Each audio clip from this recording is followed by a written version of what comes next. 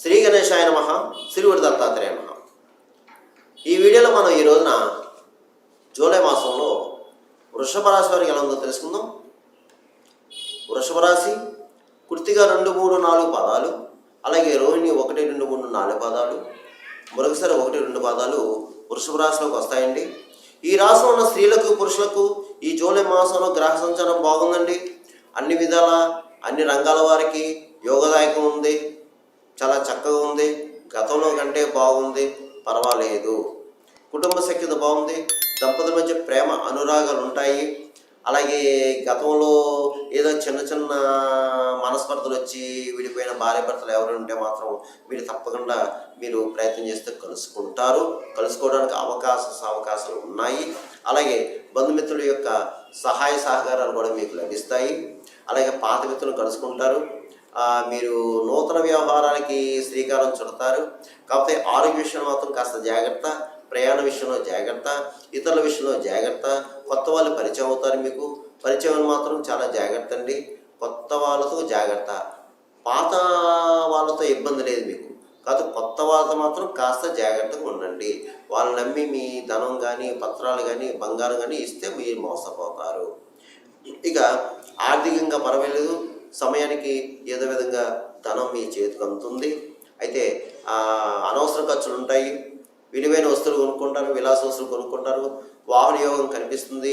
ఏదో పాత వాహనం అమ్మి కొత్త వాహనం కొనుక్కోవడం, లేదా డైరెక్ట్గా కొత్త వాహనం కొనుక్కోవడం జరుగుతుంది. అలాగే తీర్థయాత్రలు చేస్తారు, దూర ప్రయాణాలు చేస్తారు. ప్రయాణాలు మాత్రం జాగ్రత్త అండి. ప్రయాణ విషయంలో జాగ్రత్త. ఆ ప్రయాణం చేసేటప్పుడు మీరు దగ్గర ఒక నిమ్మకాయ పెట్టుకోండి, ఒక గార్లిక్ పెట్టుకోండి, సరిపోతుంది, ఇంకేం పర్వాలేదు. ఇకపోతే గృహ సంబంధమైన కార్యాలు అనుకూలిస్తాయి. గృహ సంబంధమైన అంటే గృహ నిర్మాణం కానీ, లేదంటే గతంలో గృహ నిర్మాణం చేపట్టి కొన్ని పరిస్థితుల కారణంగా అది ఆగిపోతే మళ్ళీ పునఃప్రారంభం చేసుకోవచ్చు, నో ప్రాబ్లం. అలాగే ఈ మాసం మీరు పెద్ద పెద్ద వాళ్ళని కలుసుకుంటారు, పెద్ద పెద్ద రాజకీయ నాయకులు కలుసుకుంటారు. అలాగే మీ పనులు పూర్తి చేయించుకుంటారు. అలాగే డిపార్ట్మెంటు అంటే ప్రభుత్వం సంబంధించిన కార్యాలు కూడా మీకు ఈ మాసంలో పూర్తవుతాయి. అలాగే విదేశాలకు వెళ్ళేవారు ఎవరన్నా ఉంటే, అంటే చదువురీత్యా కానీ ఉద్యోగరీత్యా కానీ విదేశాలకు వెళ్ళే వాళ్ళు ఎవరన్నా ప్రయత్నం చేసుకుంటే ప్రయత్నాలు చేసుకోండి, గట్టి ప్రయత్నం చేసుకోండి. మీరు గట్టి ప్రయత్నం చేసుకుంటే తప్పకుండా ఆ యొక్క ప్రయత్నాలు ఫలిస్తాయి మీకు. అందులో ఏమాత్రం సందేహం లేదు. ఈ మాసం మీకు వ్యవహార జయం, కార్య జయం, సంకల్ప సిద్ధి, శత్రు జయం అన్నీ బాగున్నాయి. అన్ని విషయాలు బాగున్నాయి. ఇకపోతే ఇందులో కొంతమంది బద్ధకస్తులు ఉన్నారండి. ఈ బద్ధకస్తులు కూడా బద్ధకాన్ని విడనాడి మీరు ప్రయత్నం చేస్తే తప్పకుండా మీరు కూడా సక్సెస్ అవుతారు. ఏదైనా ఒకటి మాత్రం గుర్తుపెట్టుకొని, మీరు మనం పరిస్థితి కొన్ని సందర్భంలో బాగోలేనప్పుడు తప్పకుండా ప్రయత్నాన్ని గట్టిగా చేయాలి. అంతేగాని ఏదో ఒకసారి చేసాము, 2 సార్లు చేసాము, మన ప్రయత్నం సాగలేదు, అవ్వలేదని డీలా పడిపోయి అనవసరంగా టెన్షన్ పడి బాధపడద్దు. దయచేసి ప్రయత్నం చేయండి. మిగతా వ్యవహారం భగవంతుని భారం వేయండి. అంతే గాల్లో దీపం పెట్టి దేవుడు అంటే కుదరదు. ఇకపోతే మీరు ఈ మాసం ముఖ్యంగా పెద్దవాళ్ళని గౌరవించండి. అలాగే గురువుని బ్రాహ్మణుని దూషించొద్దు. ఎవరిని కూడా అనవసరంగా దోషం చేయొద్దు. లేనిపోని కర్మ తెచ్చిపెట్టుకోవద్దు. అది దోషం చేయడం వల్ల కొన్ని కర్మలు మీకు అంటుకుంటాయి, కొన్ని శాపాలు అంటుకుంటాయి. మరలా దాని నుంచి మీరు బయటపడలేరు. ఎందుకంటే గురువులు బ్రాహ్మణులు పెద్దలు ఆగ్రహిస్తే మీ మీద భగవంతుడు కూడా ఏం చేయలేడు. అది మాత్రం గుర్తు పెట్టుకోండి. దాన్ని బట్టి మీ పనులు మీరు చేసుకోండి. ధైర్యంగా అడుగు ముందుకేయండి. ధైర్యంగా ఉండండి, మనోనిబ్బరంగా ఉండండి, మనోధైర్యంగా ఉండండి. మీ పనులన్నీ పూర్తవుతాయి. సమయం బాగుంది, మీకు అనుకూలంగా ఉంది. ఈ వృషభ రాశి వారికి జూలై మాసం అనుకూలంగా ఉందండి. ప్రయత్నం చేసుకోండి. ముఖ్యంగా విదేశాల్లో ఉన్నవారు ఈ మధ్యకాలంలో అందరికీ చాలామందికి జాబులు పోయినాయండి. ఈ జాబులు పోయిన వాళ్ళందరూ కూడా కొంచెం గట్టి ప్రయత్నాలు చేయండి. ట్రై అగైన్ తప్పకుండా మీకు జాబ్ వస్తుంది. విదేశాల్లో ఉన్నారు, జాబ్ వస్తుంది. ఇకపోతే స్థిరాస్తి విషయంలో కొలుక్కు వస్తారు. అలాగే కోర్టు వ్యవహారాలు కూడా అనుకూలిస్తాయి మీకు. ఏదైనా అన్ని వ్యవహారాలు కూడా అనుకూలంగా ఉన్నాయి. ఇక రియల్ ఎస్టేట్ రంగంలో వరకు బాగుంది. సివిక్యులేషన్ లాభిస్తుంది. అలాగే షేర్ మార్కెట్ బాగుంది. మోటార్ ఫీల్డ్ వరకు బాగుంది. ప్రైవేట్ కాంట్రాక్ట్స్ ఎవరైతే ఉన్నారో మీకు బాగుంది.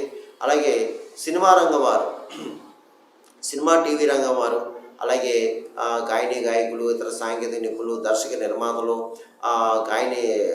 నటీ వర్గం వారు, ఇలా అందరూ కూడా మీ అందరికీ బాగుంది. సువర్ణ అవకాశాలు వస్తాయి. మీరు ఉపయోగించుకోండి. మీకు అవార్డులు కూడా వస్తాయి. ఇకపోతే ఈ వృషభ రాశిలో ఉన్న రాజకీయ నాయకులు ఎవరైతే ఉన్నారో మీకు కూడా బాగుందండి. ప్రజల్లో మంచి గుర్తింపు తెచ్చుకుంటారు మీరు. ఆల్రెడీ ఈ వృషభ రాశి వారు మొన్న ఎలక్షన్లో నెగ్గి కొంతమంది పదవులు పొందారు, మంచి పదవులు పొందారు.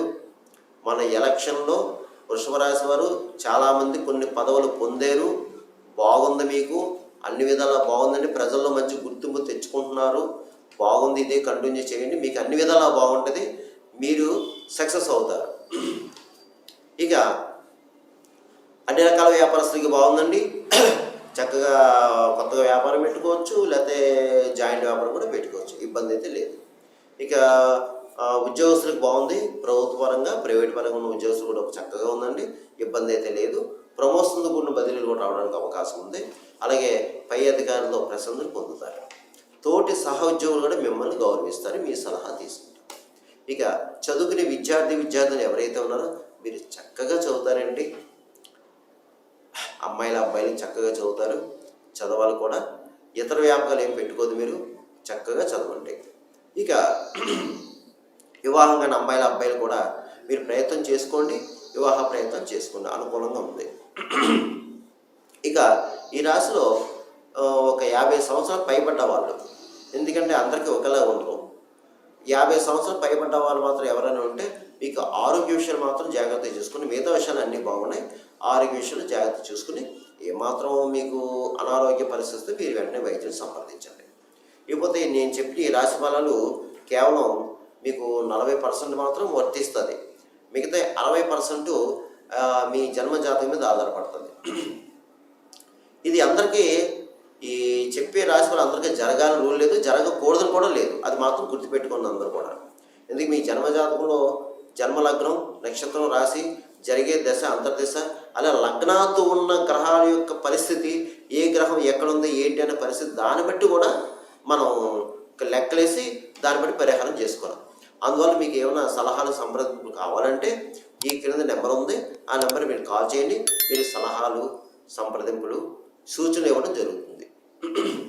ఇక ఈ వృషభ రాశి వారు ఈ జూలై మాసంలో నేను చెప్పిన పరిహారం చేసుకుంటే మీకు ఈ మాసం అంతా యోగిస్తుంది. అది ఏమిటి అంటే, ఎక్కువ ఈ వృషభ రాశి వారు ఈ మాసం అంతా అమ్మవారి ఆరాధన చేసుకోండి. దుర్గాదేవి ఆరాధన చేసుకోండి.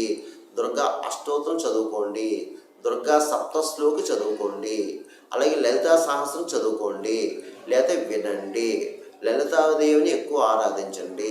ముఖ్యంగా ఇతర దేశంలో ఉద్యోగ ప్రయత్నం చేసే వాళ్ళు ఎవరైతే ఉన్నారో, ఇతర దేశంలో, విదేశాలలో ఉద్యోగం పోయి, జాబు పోయి, ఉద్యోగ ప్రయత్నంలో ఉన్న వాళ్ళు ఎవరైతే ఉన్నారో మీరు తప్పకుండా లలిత అమ్మవారిని నమ్ముకోండి.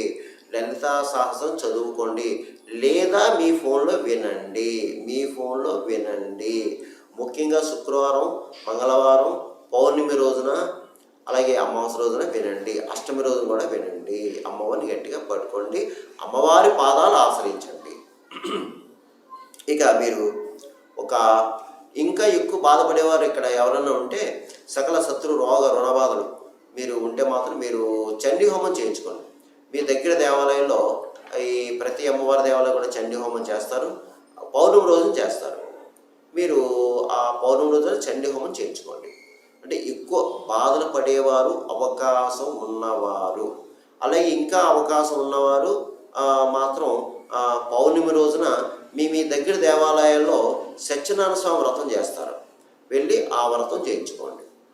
ఇక మీరు ఒక శుక్రవారం తెల్ల బొబ్బర్లు చక్కగా తెల్లటి వస్త్రం మూట కట్టి అక్కడ శివాలయంలో అయ్యగారికి దానం చేయండి. అలాగే స్వీట్లు పంచండి. అమ్మవారి గుళ్ళో స్వీట్లు పంచండి.